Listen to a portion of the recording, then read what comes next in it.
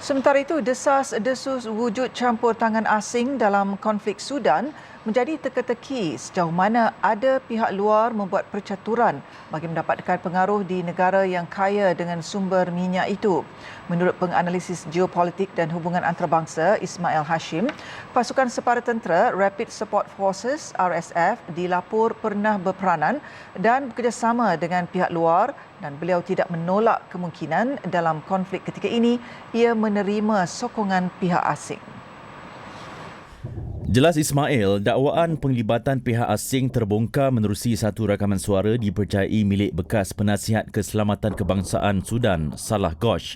Ghosh mendakwa memang wujud penglibatan orang luar dalam konflik Sudan ketika ini. Kuasa the center of command atau kuasa yang belakang takbir ialah di Abu Dhabi. Jadi kita tidak pasti sama ada UAE terlibat dalam konflik ini. Inilah dakwaan yang tidak ada bukti. Tapi kalau kita lihat kepada saya lihat pada peranan yang dimainkan oleh RSF di Yaman, dalam perang Yaman, menunjukkan bahawa kemungkinan perkara ini ada, tapi kita tidak pasti.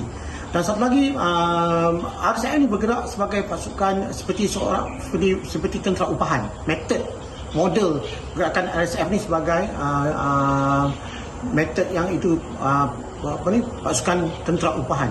Ismail bagaimanapun tidak menolak kemungkinan penglibatan RSF dengan pihak luar adalah lebih menjurus kepada nasihat ketenteraan, sokongan logistik maupun persenjataan. Pun begitu, Ismail melihatnya sebagai senario yang tidak sihat buat Sudan yang diketahui dunia sebagai sebuah negara miskin dengan kadar inflasi yang tinggi. Masalah makanan, masalah keburuan akan timbul semula. Mesir, UAE, Amerika dan Perancis juga harus terlibat dalam negara Teluk dan Organisation of African Unity (OAU) harus terlibat untuk menghentikan konflik ini. Jika ia berterusan, ia akan memberi satu keburukan, jenayah kemanusiaan dan isu kemanusiaan yang besar kepada Sudan. Dan saya rasa ia harus dipercepatkan. Dalam seminggu dua ini konflik ini harus dihentikan.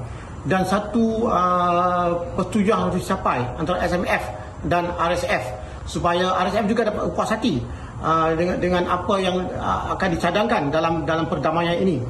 Biarpun Sudan sebuah negara miskin pada zahirnya, namun Sudan memiliki hasil bumi yang berharga dan bernilai tinggi seperti bahan api dan gas. Pun begitu, konflik yang berlaku ketika ini dibimbangi akan memburukkan lagi keadaan di negara Afrika itu dan boleh menjurus krisis dan jenayah kemanusiaan terburuk. Jelas Ismail lagi, Sudan harus segera pulih dan bebas dalam mencorak pemerintahan dan pentadbiran sivilnya sendiri tanpa sebarang campur tangan mana-mana pihak.